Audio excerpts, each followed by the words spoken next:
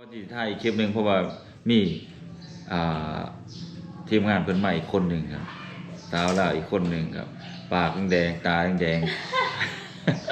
ฝากเข้าไปติดตามได้ให้กำลังใจเนี่ยเพราะว่าเมื่อไรนี่แหละน่าจะเฮ็ดคลิปกลับมาแล้วก็สิเห็นหน้าสองคนนี้แหละ สำหรับนางเอกเพิ่นก็สิเอานี่แหละครับคนข้างบ้านนี่แหละ มุ่งกันดี น้องเจนครับ เขาจะว่าเฮ็ดคลิปไปเพื่อแบบโฟกสินะได้ผู้เบาไทยเด้ บ่อื่นนี่บ่ต้องไปฮอดช่องเจ้าเลยเอาช่องอ้ายนี่เลยนี่เดี๋ยวรอบหน้าเนาะเฮาจังมาถามว่าสเปคผู้ชายในฝันเป็นจังไดเนาะ โอเค เปิดอีก EP ต่อมาครับ กินข้าวอิ่มแล้วบ่อยากไปไสครับอยากหลับเลยบัดนี้นั่ง สบาย ตึง ดี ข้าวมัน เที่ย ย่ ว อย หนึงเด้อค่ะ มาแต่ก็ยังว่าสบายดีคนคลิปไหม สบายดี EP ก่อนหน้านี้ครับไปเบิ่งครับพอกันเทื่อแรกครับเป็นแต่งข้าวสู้กินกับผ้าข้าวเก่านะครับแต่ผมมาถ่ายอีกคลิปหนึงซื่อๆครับก่อนที่จะถ่ายอีกคลิปหนึงเพราะว่ามีอ่าทีมงานเพิ่นใหม่อีกคนหนึ่งครับสาวลาวอีกคนหนึ่งครับปากแดงตาแดง อย่าเลยคนน่ะอยู่ข้างๆนะครับน่ารักเลยครับเพิ่นมานั่งเรียนนำครับซื้อหยังก็ ชื่อเจน ฮะ เจน ฮะ เจนนี่ เป็นหยังต้องมีนี่เจนซื้อบ่ได้บ่ บอเป็นนี่ล่ะเป็นนี่เป็นนี่ล่ะแล้วแต่เจนนี่ อันนี้ก็เรียนนี่เนาะ ลินลี่เอาแม่ลินนี่ ลินนี่เป็นนี่คือกันเนี่ยลินนี่เป็นดีคือกันครับน้องเจนกับน้องลินครับเพิ่นมาเรียนนำกันเพิ่นเป็นหมู่กันบ่หรือเป็นไผที่เป็นจังได๋ แม่เป็นหมู่กันที่ฟังเฮือนลินนำกัน อ๋อเงินข้างกันเรียนนำกัน ฟังกีตาร์เลยเดี๋ยวที่มีสองคนนี่แหละเฮ็ดคลิปนำกันบ่โดนดอกถ้าเบิ่งรถบ่มีหยังกันอันนึงนี่แหละมากินข้าวนำกันเด้อสิจะจังสิเนี่ยเบิดมื้อ นี่แหละครับเหตุผลที่ผมเปิดมา EP นี่ครับเพราะว่าคุยกันไปกันมาน้องเพิ่นว่าเพิ่นสิเฮ็ดช่อง YouTube ครับช่อง YouTube ก็คือเพิ่นเฮ็ดมาแล้วล่ะเพิ่นสิมากลับมาแบบว่าเริ่มต้นใหม่ แม่นเมื่อก่อนหันเฮาก็พักไปโดนประมาณปีหนึงปีปลายเกือบ2 ปีว่าใดบ่ได้จับโทรศัพท์ขึ้นมาอัดคลิปจับกล้องขึ้นมาอัดคลิปแต่ก็ไวๆนี้สิกลับมาเฮ็ดคืน บ่ไหวเลยเดี๋ยวกินได้ทำให้คืน ไอ้ไว้นี่ครับสิกรรมมาเฮ็ดคืนครับเพิ่นว่าบัดถ้าได้เป็นคนดังคือเขาเพิ่นน่ะ จะ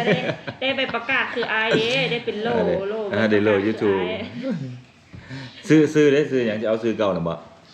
น่าจะซื้อเก่าหรือบางเทื่อก็แอบเปลี่ยนนิดนึง เปลี่ยนโลดนะอีหยังวะ เดี๋ยวให้อายเพิ่นคิดซื้อ2ซอยนี่ นี่สิเอาซื้อบ้านเฮานี่เด้ซื้อบ้านหยังก็สมซื่นเนาะ สมซื่นซิตี้บ่ เออ ม่วนบ่ลองคอมเมนต์เบิ่งเด้อสมซื่นซิตี้ เดี๋ยวซื้อมาเลย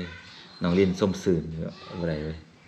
ส้มสื่นซิตี้ เดี๋ยวให้อายเพิ่นคิดซื้อ2นำกันคิดซื้อ2 ลินสาวส้มสื่นบ่ลินสาวส้มสื่นบ่ ซิตี้เป็นหนี้พร้อมตัว คือบ้านเพิ่นนี่ซื้อบ้านอะไรหยังก็บ้านอุ้ยกระเป๋า อุ้ยเงินเฮียนะเป้าเงินเฮีย นี่กันจะกี่ บ่มีเงินกีบมีแต่เงินบาท คือบ้านเพิ่นนี่ซื้อบ้านอีหยังก็บ้าน บ้านสมซื่น บ้าน สมซื่นอยู่นำกันเด้ บ้านส้มสื่นครับบ้านส้มสื่นก็เพิ่นว่าบางเทื่อเพิ่นก็อาจจะเปลี่ยนชื่อคลิปบางเทื่อเพิ่นก็อาจจะบ่เปลี่ยนนะครับผู้ใดที่แบบว่ามีชื่อดีๆก็ลองคิดซอยลองคอมเมนต์มาเบิ่งครับ ลองคอมเมนต์เบิ่งเด้อว่าสิ ซื้อตัวเองเพิ่นน่ะซื้อหยังก็ ซื้อไพลิน ซื้อไพลินช่องเก่าได้ซะก็ยัง ไพลินสาวลาว ไพลินสาวลาวก็คนใดที่อยากไปค้นเบิ่งครับไปค้นหาเบิ่งไพลินสาวลาวมีตัวยังไงวะ อืมสไลด์เดี๋ยวเอาให้ ไพ เบิ่ง ลินเดี๋ยวเพิ่นเปิดให้เบิ่งครับกันไปติดตามไปก่อนเลยก็ได้ครับไปติดตามไปก่อนแล้วก็ แต่ซื้อซองนี้ จั น่าง สิ จะ มา เป เฮ็ด ลี่ยน คลิปให้ มา เบิ่ง เฮีย กลั เนาะ บไม่เฮ็ดคลิปแล้วครับเพราะว่าเพิ่นอยู่บ้านครับไปเลาะโดนหลายพอด่า พอหาย พอหาย ไปซื้อมือเด้อเดี๋ยว ไปซื้อมือ พอหาย ไปซื้อมือเอาเกียร์ เนี่ยฟังไปติดตามในเด้อแต่เขียนเข้าไปก็ว่าไพลินสาวลาวน่าจะขึ้นแล้ว ไพ สอง ลิน นี้ สาวลาวเนี่ยก็เพิ่นอยู่ครับ ฝากเข้าไปติดตามเนี่ยเดี๋ยวมีคลิป สระไอแล้วก็พ่อผ่านนะครับแล้วก็รอลิงนะครับ รอลิงก์นอน รอลิงนอนก สระอีนอนกนอนหนูวันเฮานอนหนู บ้านน้องนอนก นอนหนูนอนหนู ฝากเข้าไปติดตามได้ให้กำลังใจเน่เพราะว่าไว้นี่แหละน่าจะเฮ็ดคลิปกลับมาแล้วก็สิเห็นหน้าสองคนนี้แหละ สำหรับนางเอกเพิ่นก็สิเอานี่แหละครับคนข้างบ้านนี่แหละ หมู่กันเด้ น้องเจ บ่แม่นหยังเด้เขาจะว่าเฮ็ดคลิปไปเพื่อแบบโฟกสินะได้ผู้บ่าวไทยเด้ โอ้บ่อื่น บ่อื่นจริง บ่ต้องไปฮอดช่องเจ้าเลยเอาช่องอ้ายนี่เลยนี่ เอ้าบางเทื่อเราสนใจก็ให้เรามาติดตามก่อ บ่ น ก็สนใจอยู่แต่ว่านี่เจ้าเลือกเอาเลยมาคอมเมนต์นี่แต่ละคนคอมเมนต์เลือกเอาเลย เนี่ยสาวโสดเราบอกว่าติดตามได้สองคนผู้เดียวเฮ็ดจะได้บัดนี้ ส่วนกระส่วนกันสองคน อยู่ก็อยู่กันสองคนเนี่ยฝากติดตามแน่แล้วก็สิมีคลิปแบบพวกกินพวกลิ้นพวกเที่ยวมั่วๆปวดตัวกันไปเลยบ่มีอีหยังแน่นอนสอง ตามภาษาเฮาเนาะ แม่นตามภาษา ผู้ใดมักก็มักผู้ใดบ่มักก็ เรื่องทาน แล้วแต่ แล้วแต่เลยบ่มักก็สร้าง ตอนนั้นตัวเนาะสิว่าได้เลย แต่ก็มักในเด้อจังหน่อยหนึงก็ดี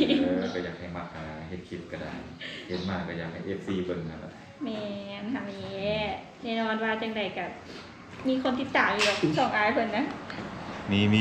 มันต้องมีไหม ต้องมีว่ามีหน่อยก็มีหลายเลย ดูสิบ่มีเลย ว่ามีเลยว่าเป็นอย่างเดี๋ยวติดตามกันเอง ติดตามเฮ็ดเองติดตามกันเอง ติดตามกันเองเบิ่งกันเองพวกเจ้าบ่เบิ่งแล้วไผสิเบิ่งนำนอกจากพวกเฮา อ๋อ ฝากเข้าไปเบิ่งนำเด้อจักหน่อยหนึงบางเทีหนีฟานให้เขาก็ยังว่าไปตีถูกกับปุ้นเขายังมีเงินจ่ายเขาเด้ เมื่อจะทานกล่องนี้ก่อน โอ้แม่นยังนะครับมันเว้าอยู่ผู้เดียว คนอื่นเขาบอกว่าเนี้ยเขาเจ้าบ่ลิ้นนำนี้ กล่องตัวนี้ไปทายโดนละหลายเดือนละ อันนี้อายเราบ่เฮ็ดคลิปโดดแล้วเด้อฝากกลับมาติดตามอายเราเด้อ มันเฮาใส่มือถือแต่ก่อนนะนี่ ฝากกลับเข้ามาติดตามอายเพิ่นเด้อบางเทื่อสิได้เห็นอายเพิ่นมาคอลแลบนำอีก แล้วก็มาถ่ายคลิปนำอีก บ่แม่นหรอกค สิ รับ พาเพิ่นไปเกิดตุ่ม น้องเพิ่นช่วยไปดำหน้า เอาผมมาใส่เบียด แน่ๆๆจะเขียนแล้วถามเบิ่งเด้อยังว่าเจ็ด ตัวนี้ตัวนี้ตัวเคยในการมา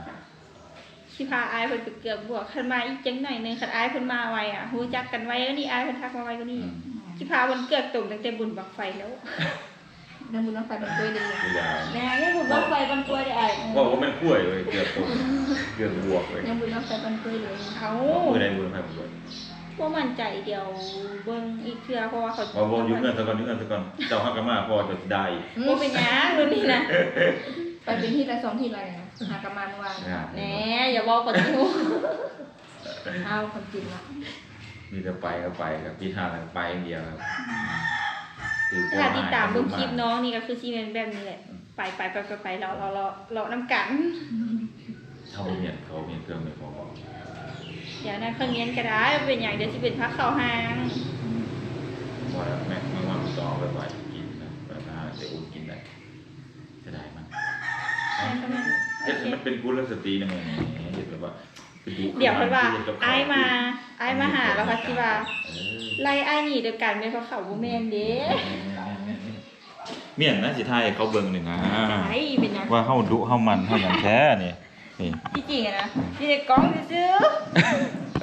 เพิ่นบ่ได้เฮ็ดกินเป็นอย่างเดียวเลยครับเพิ่นเนี่ยเมียนเขาวเมียนน้ำเป็นพร้อมครับ แล้วก็อีกอย่างหนึงครับ ที่ถนัดที่สุดก็คือเอาไปขายครับ ใส่เป๋าลักไปขายเลย ๆเป็นธุรกิจมืด ปีหนึงดำหน้าแซ่บซอยพ่อแม่มือเดียว มีหยังว่ามือเดียวไปเครื่องมือ ไปเครื่องมือ ไปตอนแรกตอนเช้าบ่ไปเพราะ ต ว่า อนเช้าบ่ไปมันร้อน นอนบ่ตื่น บ่มันร้อนแดดร้อนไปตอนแรกเหรอ อืม ไปเจอฝนตกซะล่ะ นี่แหละครับสาวลาวกินข้าวกินน้ำแล้วก็เฮ็ดกะเค็ดกะแซ่บเมียนกะเป็นก็เป็นเรื่องปกติของเพิ่นครับทุกคนแหละครับสาวลาวเพิ่นก็จะแบบว่าเมียนผ้าขาวผ้าน้ำครับเพิ่นก็จะเอาไว้อุ่นไว้กินต่อไป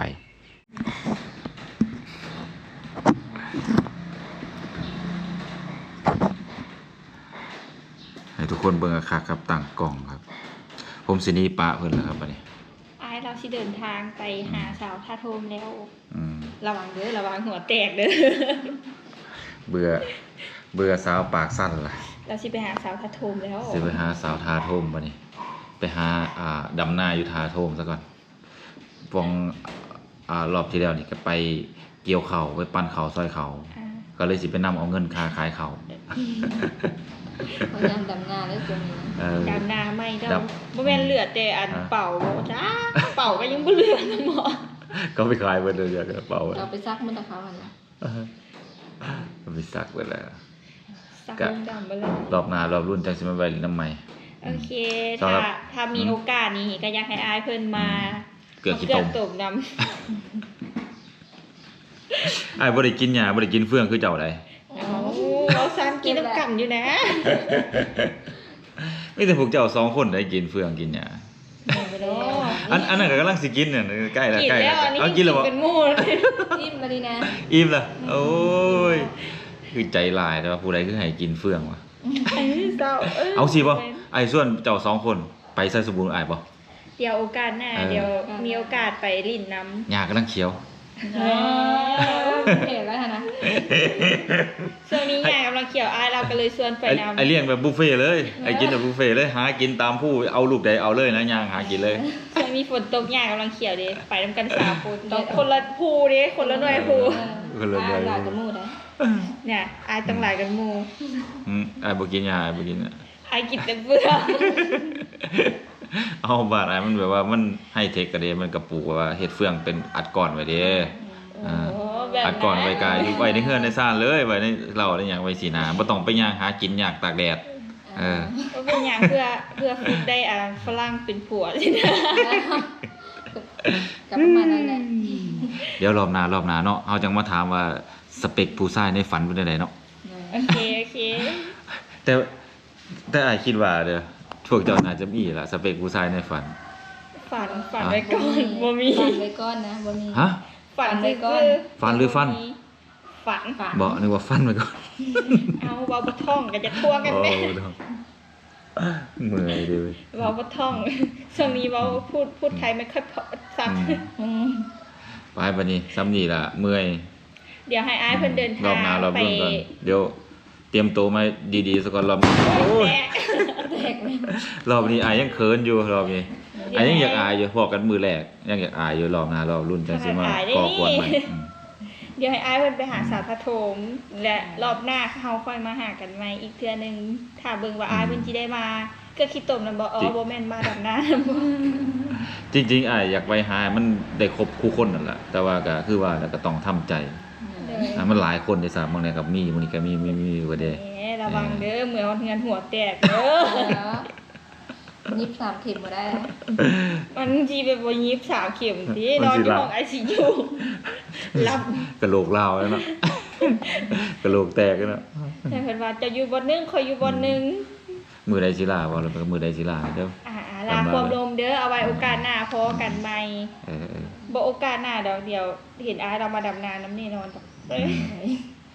โอเคก็ขอบอกขอบใจน้องลินขอบอกขอบใจน้องเจนนี่เพราะว่าเป็นหนี้หลายว่ะเพิ่นว่า เอาไว้โอกาสหน้าเจอกัน ขอบอกขอบใจกับข้าวกับน้ำครับรอบหน้ารอบรุ่นเดี๋ยวอาจจังหาแนวมาสู่มาตอนใหม่เด้อ โดย เดี๋ยว เป็ ก็ นหยัง สิเอาบักเงาะจากไทยมาฝากจาก2หน่วยนี่ล่ะ อู้หลายแท้กินจิเบิดบ่โต เอากับ2คนเด็กกับ2หน่วยพละหน่วยเด้ บ่เป็นหยังได้ยัดกินบ่เบิดแหม แล้วก็เอาบักอหย่างอีกวะบักทุเรียนจากเม็ดหนึงนี่นะเอาเม็ดทั้งในมันได้บ่ได้เอาเม็ดเหลื บ่ อง เป็นหยังอายมัน ๆเอามาปลูกมันจะได้กินหลาย แม่นๆ คันแม่น บ่เป็นหยัง เอาหน่วยมันมาเลยปุ๊บเจ้าก็กินเทื่อเดียวก็เบิดแล้วต้อง แม่น เฮาต้องเอาเม็ดมันมาแต่เจ้าก็ปลูกแล้วเจ้าจะกินหลายหน่วยอะนะ ขึ้นแล้วนะ บ่บางทีเอาเม็ดมามันตายซื้อเบี้ยมันมาเลย สุดเบี้ยมาเลย ไปซ้ำนี่ล่ะบ๊ายบาย บ๊ายบาย